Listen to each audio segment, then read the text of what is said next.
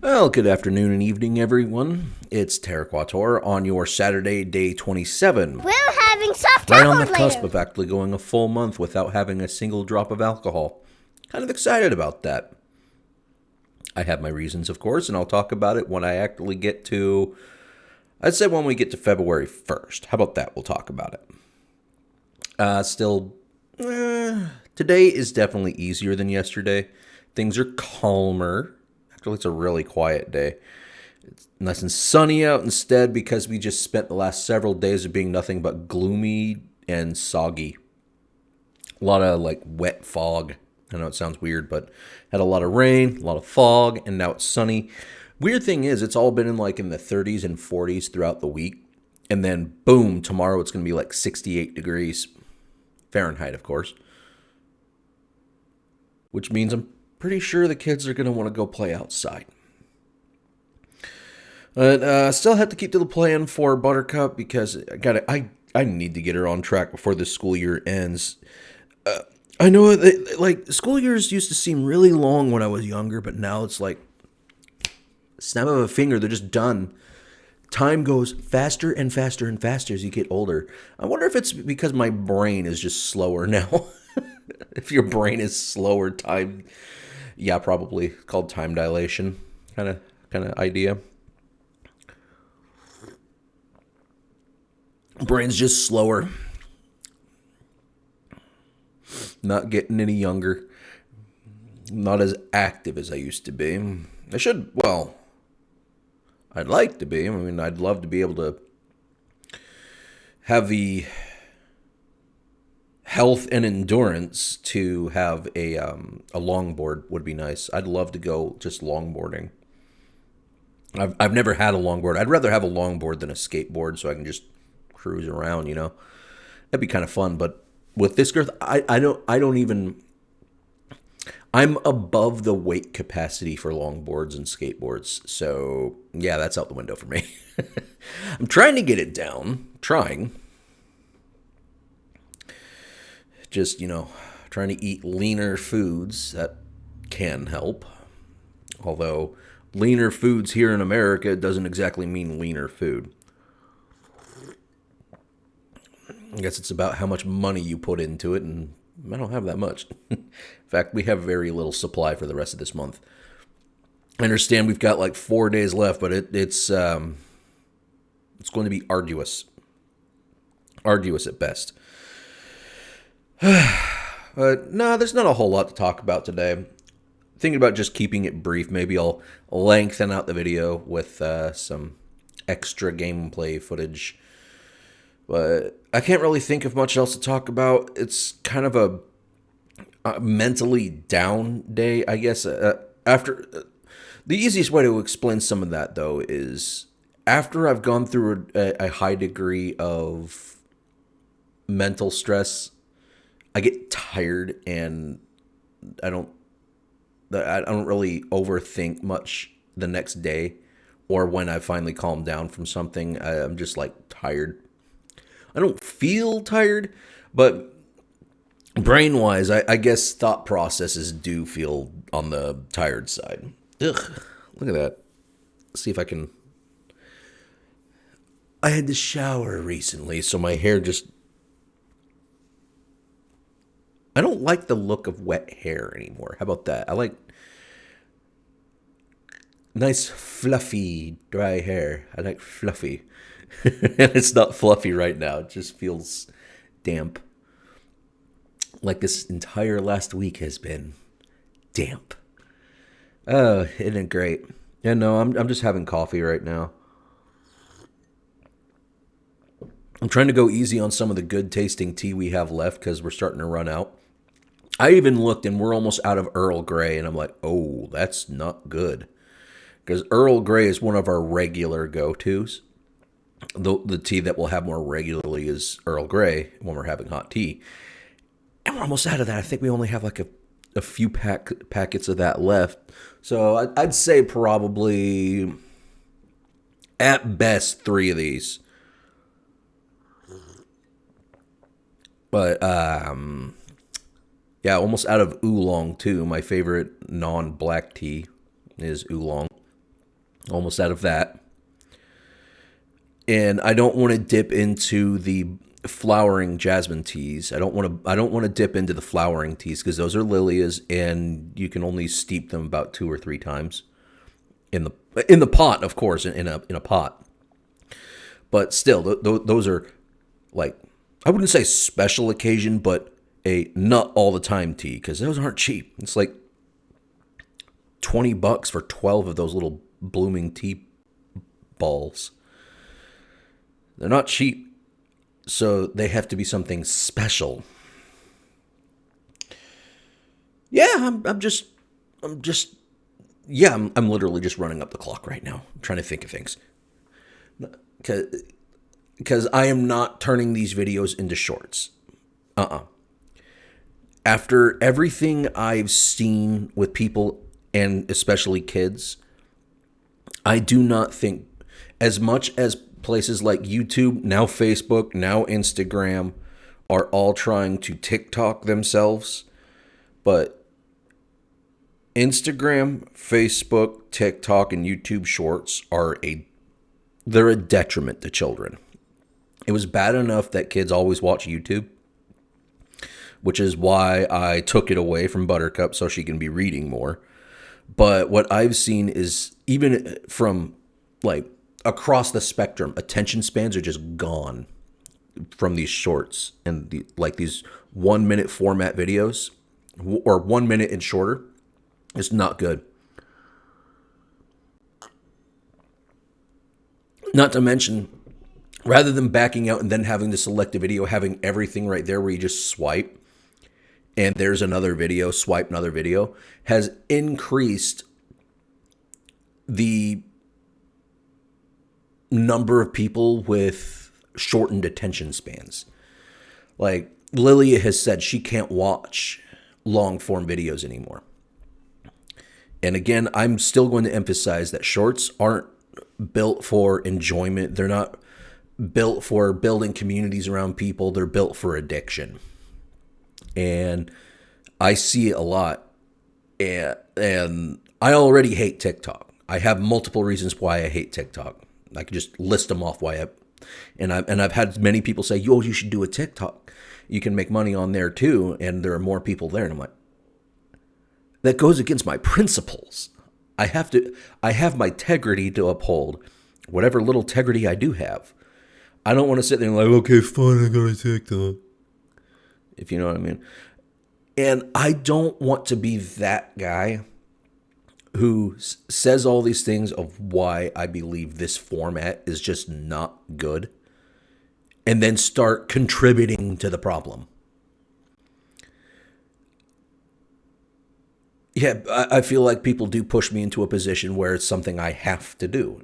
And I'm like, no.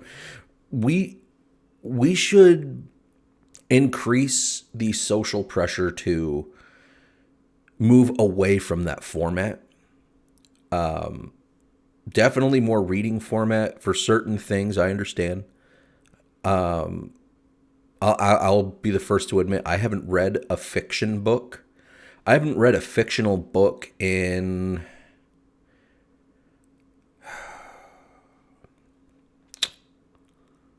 14, 15 years. Almost. Like I haven't read a fictional book since just before I got with Lilia. That's how long it's been since I've actually read a book. I read a lot of nonfiction. Unfortunately, I read way too much news, but I also like reading astrophysics journal stuff. Like if I see an article where someone's posting up a writing for like astrophysics, space stuff, I love reading that stuff. I love reading about geology and all that stuff. But I haven't read fiction in a very long time. It's all been in video format, and even then, I don't know what to say because I definitely don't want to watch it anymore. It's gotten so bad. Like, this cookie cutter bullcrap TV, I've long since been tired of it. It's all the same stuff. It's all the same format, the same formula, really. All your sitcoms are the same. All your dramas are the same. All your mysteries are the same. Like same. You go like it's you're it used to be you watch one cable channel or broadcast TV. Like, oh, this I don't want to feel like watching this. Let's change the channel, see what they've got. Same format. Sorry. Excuse me. Same darn format. It's like you watch CIS and all of a sudden you go somewhere else, you're on Law and Order. Though they could be the same channel. I don't know anymore because I haven't paid for cable. I know let me get there. I haven't paid for cable in 10 years. I'm not getting cable or satellite ever again. And what I've found is that for a while at least, things are changing because of just how tense the market is in terms of advertising and everyone being way too touchy, is that there's more creativity on places like YouTube than there is on TV. But TV gets away with more than what YouTubers do now. That's what I am seeing. That's what I'm observing, is that YouTubers are under more pressure than TV. And TV sucks. It's very, very cookie cutter. And it's bled into movies too. It's all cookie cutter. It's all the same tropes, all the same stereotypes, all the same formula. And in terms of superhero movies, I would argue that's why the best one people always go to Infinity War. Not Endgame, but Infinity War was like the best one. And I can understand why people say that was the best one, because while those who read the comics knew what to like how it should, how that one versus like Endgame would go, regular moviegoers always expect the heroes to immediately win. So seeing them just full on lose in the end of Infinity War was a huge like gasp moment where it just didn't go the way the movie formula goes. They lost. And I've heard people discuss these things in that we have generational formulas for TV and movies. Mostly TV's newer, but they all had their generational tropes kind of thing. And what I am seeing in TV and movies is the demand from producers and investors is less risk. And that cuts away from creativity because the demand for less risk has bit them in the butt. And through that is they keep hiring people who hate their audience. I don't need to go into the left versus right argument. The greater argument you can have for why movies are doing so poorly right now is that you have too many producers, directors, and talent that hate their audience. If your production is built on hating your audience, you're not going to get a return, because even if you do something that's well written, well acted, well directed, if you actively hate your audience, and you're like, oh, if you don't like us, then don't watch our shit. Sorry. Well, the audience is going to say, okay, I'm not going to watch it. Some people will, because some people just thrive on hate and thrive on the attention from hating on something, even though they're contributing by hating on it while paying for it. But more regular people are like, well, if you're going to push me around, then I'm just going to walk away. The self-insert narcissist and conceited attitudes of your talent writers, directors, and producers on all of these modern, post 2020 films. Well, I'd say post 2015, post 2016, but mostly the greater side of this problem has been after 2020, after the pandemic was over, because I understand the pandemic really cut into the theater business because you weren't allowed to go. Some people contribute streaming, which I can understand. You're not going to make as much in streaming services, especially when you can just cancel anytime.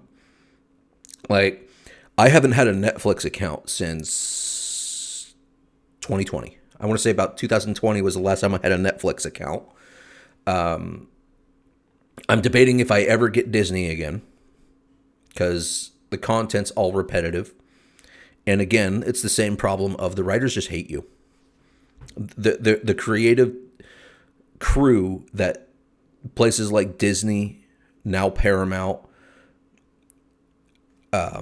I want to say MGM, but that's Amazon. But more and more of these places, they just hate you. They hate their audience.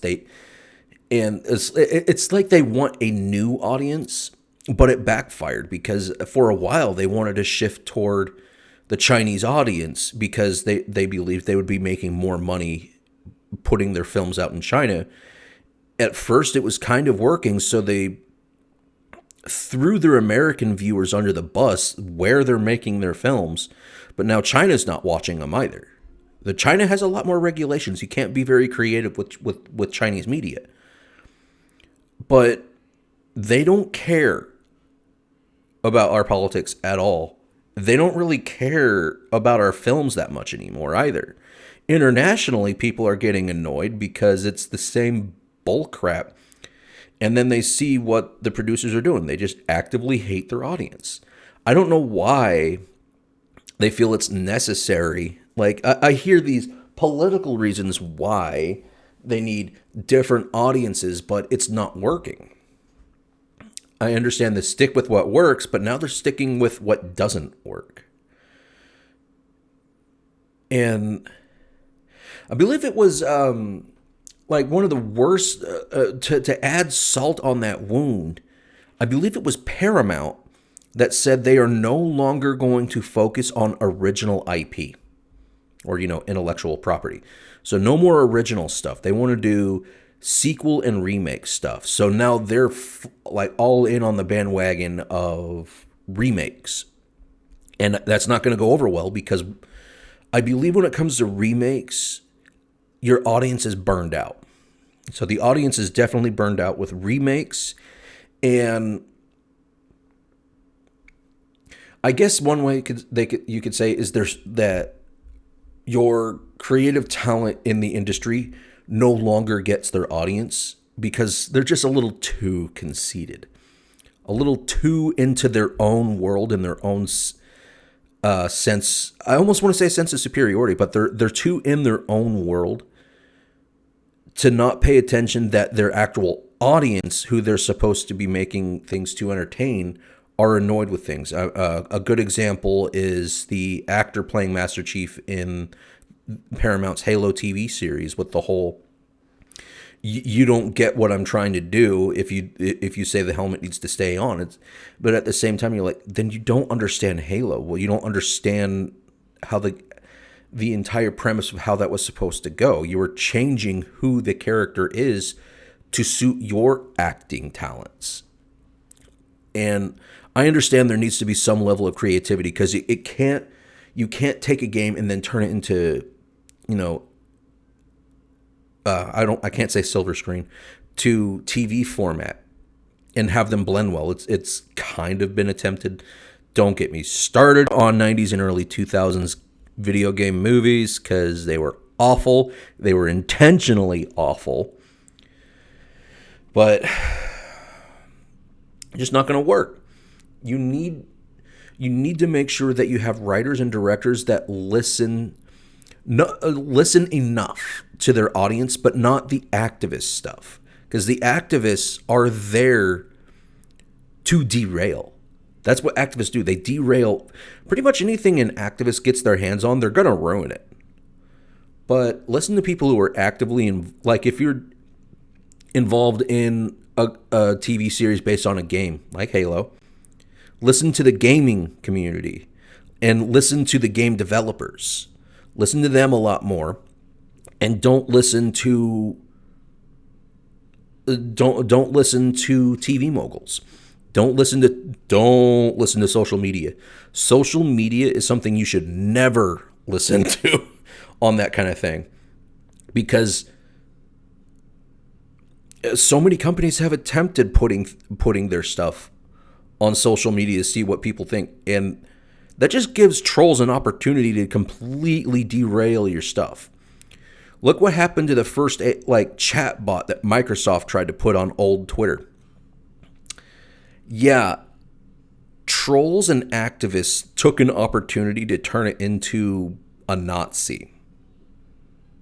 That tells you a lot of what social media is. It's built on hate. It's built on hate and trolling, because it gives them a laugh that they ruined something someone tried to make for the good of others, to thinking they're doing something good. But trolls and those who just aren't happy with their own lives see an opportunity to ruin something to give them a laugh because they ruined something good. That's what social media does. It ruins something good. So please, if you're making a movie, don't listen to social media, because they will actively try to ruin it.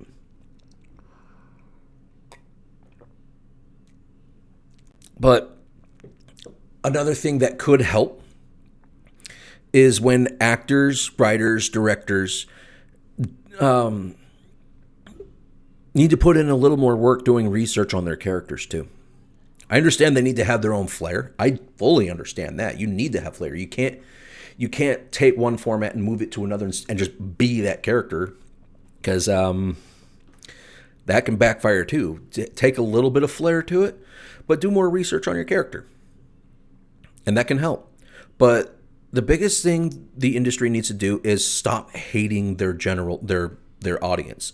It's good to bring in new audience through positive reinforcement, but you can't ostracize your core audience by hating them and saying they're the problem, when in fact you're the problem.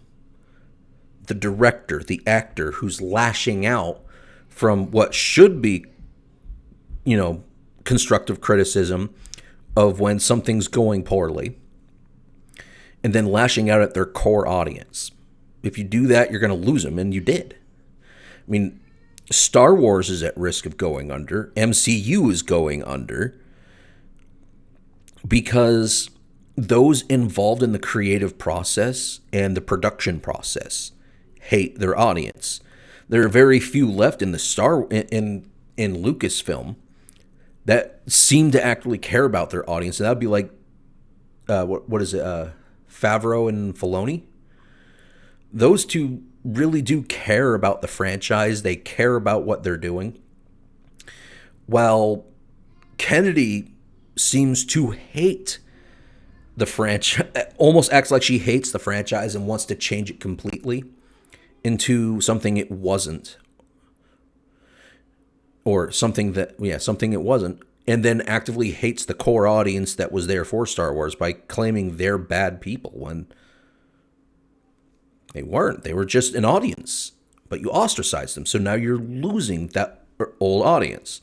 Not through just aging out, but just losing them because they're just tired of it. So don't listen to social media anymore. TV people, production people, don't listen to social media anymore, because their entire purpose is to derail you. Listen to your core audience. Listen to the creative process. Don't focus on remakes anymore. It's a terrible idea. Be creative. Have more creative leeway. And again, just ignore social media. They're there. They're there to hurt you. Anyway, I've ranted long enough. I guess when I have a lot of thoughts, a lot more emotional passion toward TV than I fully realize, even though I don't watch TV really for a lot of those reasons. That's why I don't watch fiction often anymore. I like nature geology and astrophysics documentaries. Those are the things I watch. I don't do history documentaries because I don't like being angry all the time, but I love learning. That's what I like. To all those people who think they need to listen to social media and start ruining geology documentaries, if you start doing that, you're an Obama! Anyway, this is Terra Quator. I apologize for this rant as well, but that's what a lot of people talk about anyway. This is Terra Quator on your day 27. I will see everyone tomorrow.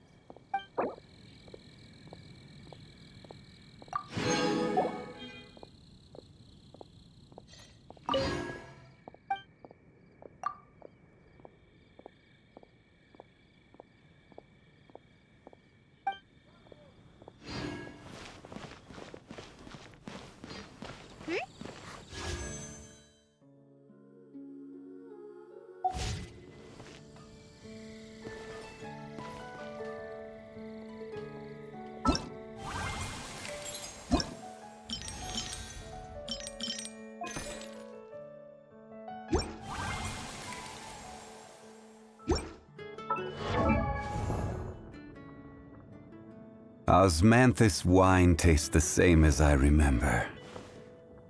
But where are those who share the memory?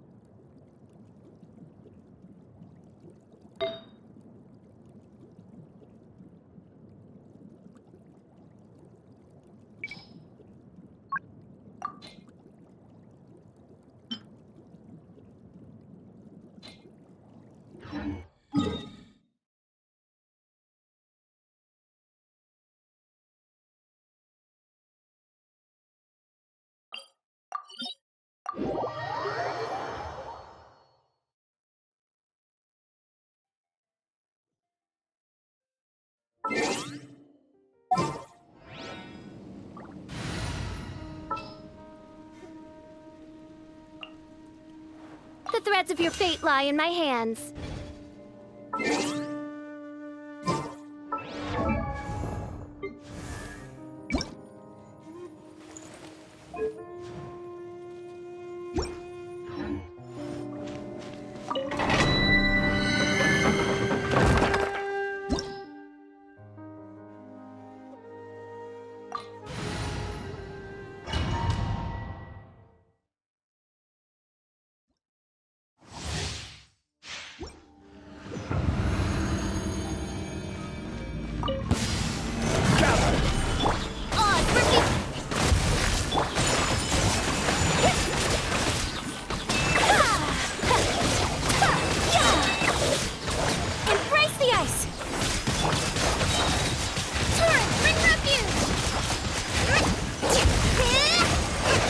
This is order.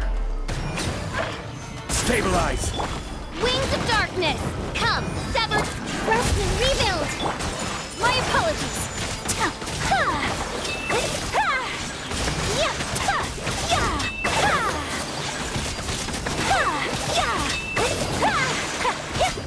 Take flight. Solidify. By royal